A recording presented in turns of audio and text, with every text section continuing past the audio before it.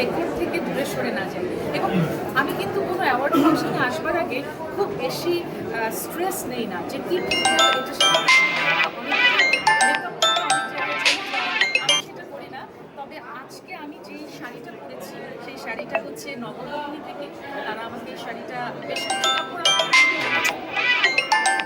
আমি এটা পরেছি। আমার কানে যেটা দেখছেন এটা হচ্ছে এটা সবাই আমাকে আজকে জিজ্ঞেস করছে যে আমি কানে যেটা পরেছি সবার খুবই পছন্দ হয়েছে।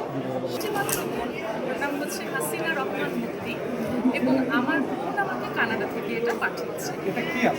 এটা হচ্ছে একদম সম্পূর্ণ এটা একটা ফেদার, মানে এটা কিন্তু মানে জেনুইন ফেদার, মানে পাখির পালক, এবং এটা জেনুইন পাখির পালক। এবং সেই সাথে আমার বোন আমাকে এই আংটিটা পাঠিয়েছে, এই হাতের এই গোলাপটা পাঠিয়েছে, এমনকি কানের আমি পার্ল করেছি, সেই পার্লটাও আমার বোনের পাঠানো। তো সেই সাথে আমার মায়ের আমি যখন কোনো অনুষ্ঠানে প্রবলেম হ্যাঁ, তাকে তার অনুমতি নিচ্ছি না আমরা দুজন ইন্টারভিউ নেওয়ার জন্য। আপনি থার্ড পার্সন নিতে পারেন না, তার অনুমতি নিয়ে তারপরে নেন। আচ্ছা ঠিক আছে, আমি কথা বলবো। হ্যাঁ, শেষ করে আলাদা করে নেন আপনি।